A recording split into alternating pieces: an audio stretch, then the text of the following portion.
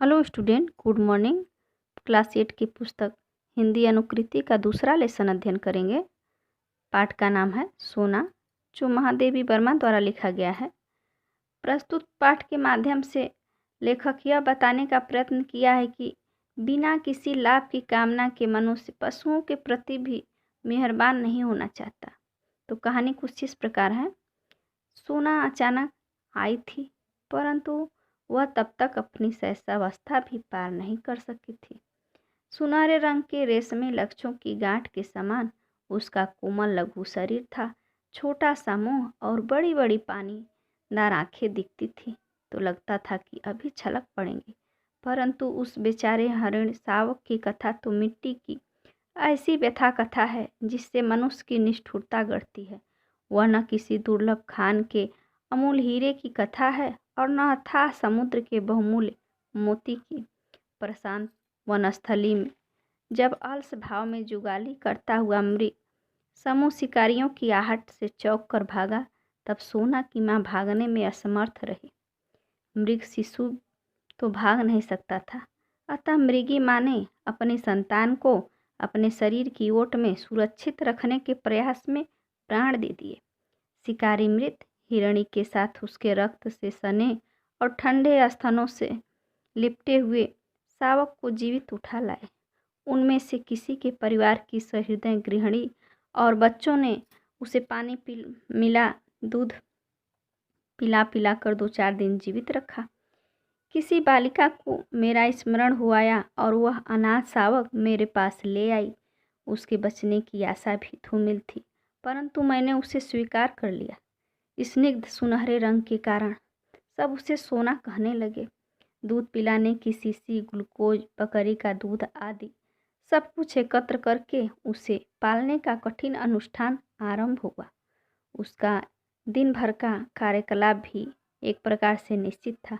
विद्यालय और छात्रावास की विद्यार्थियों के निकट पहले वह कौतुक का कारण रही, परंतु कुछ दिन बीत जाने पर वह उनकी ऐसी प्रिय साधिन बन गई जिसके बिना उनका किसी काम में मन नहीं लगता था।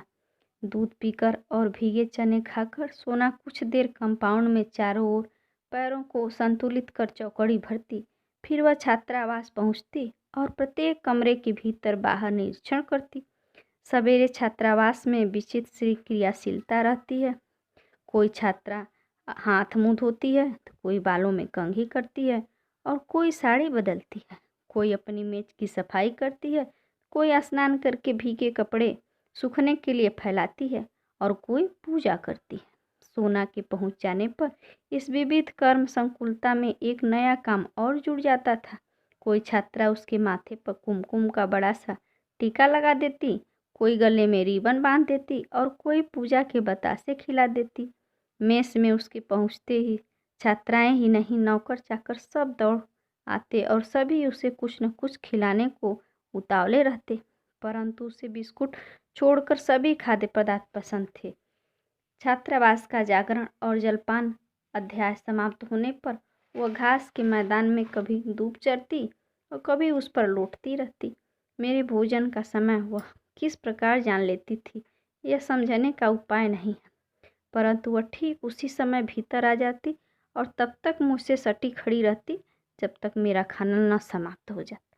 कुछ चावल, रोटी आदि उसका भी प्राप्य रहता था, परंतु उसे कच्ची सब्जी अधिक भाती थी। घंटी बजती वह फिर प्रार्थना के मैदान में पहुंच जाती और उसे समाप्त होने पर छात्रावास के समान ही कक्षाओं के भीतर बाहर चक्कर लगाना आरंभ करती। उसे छोटे बच्चे अधिक प्रिय थे क्योंकि उनके साथ खेलने का अधिक अवकाश रहता था। वे पंक्तिबद्ध खड़े होकर सोना सोना पुकारते और वह उनके ऊपर से छलांग लगाकर एक ओर से दूसरी ओर कूदती रहती। यह सर्कस जैसा खेल कभी घंटों चलता, क्योंकि खेल के घंटों में बच्चों की एक कक्षा के उपरांत दूसरी कक्षा आती रहती।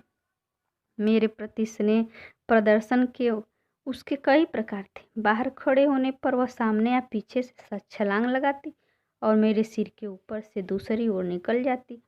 प्रायः देखने वाले को भ्रम होता था कि उसके पैरों से मेरे सिर पर चोट न लग जाए, परंतु वह पैरों को इस प्रकार सिकोड़े रहती थी और मेरे सिर को इतनी ऊंचाई से लांघती थी कि चोट लगने की कोई आशंका ही नहीं रहती थी। भीतर आने पर वह मेरे पैरों से अपना शरीर रगड़ने लगती। मेरे बैठे रहने पर वह साड़ी का छोर मुंह में भर लेती और कभी पीछे चुपचाप खड़े होकर चोटी भी चबा डालती। डांटने पर वह अपनी बड़ी गोल और चकित आंखों में ऐसी जिज्ञासा भरकर एकटक देखने लगती कि हंसी आ जाती।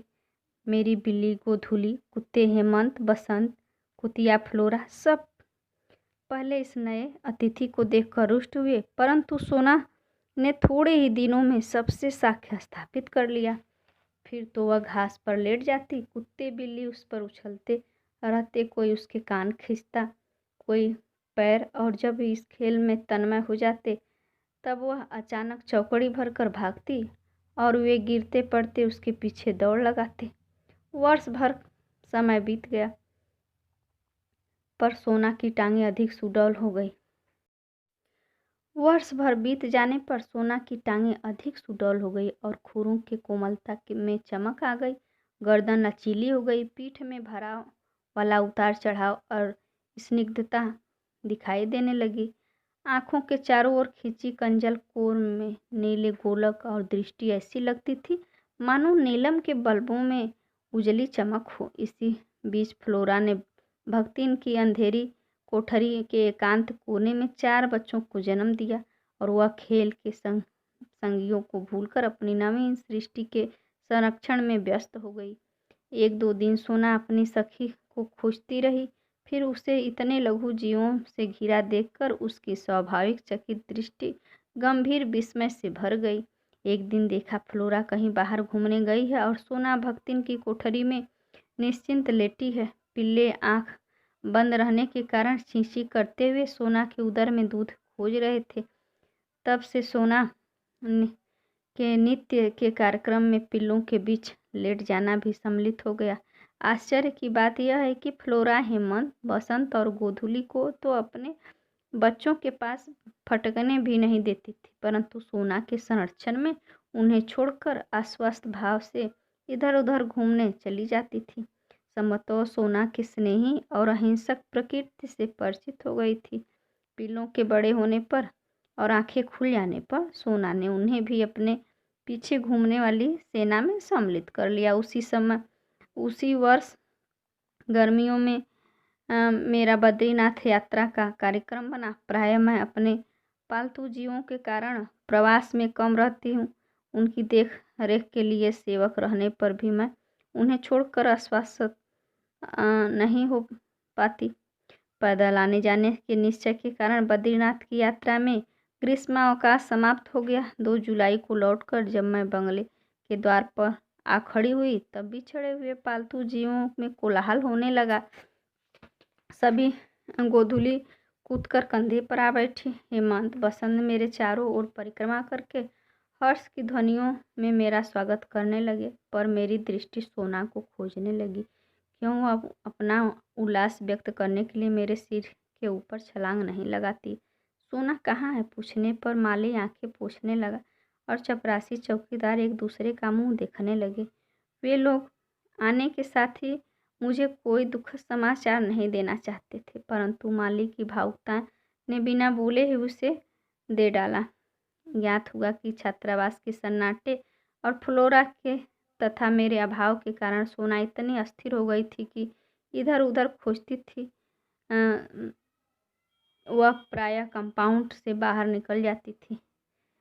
इतनी बड़ी हिरणी को पालने वाले तो कम थे, परंतु उसके खाद्य और स्वाद प्राप्त करने के इच्छुक व्यक्तियों का बाहुल्य था।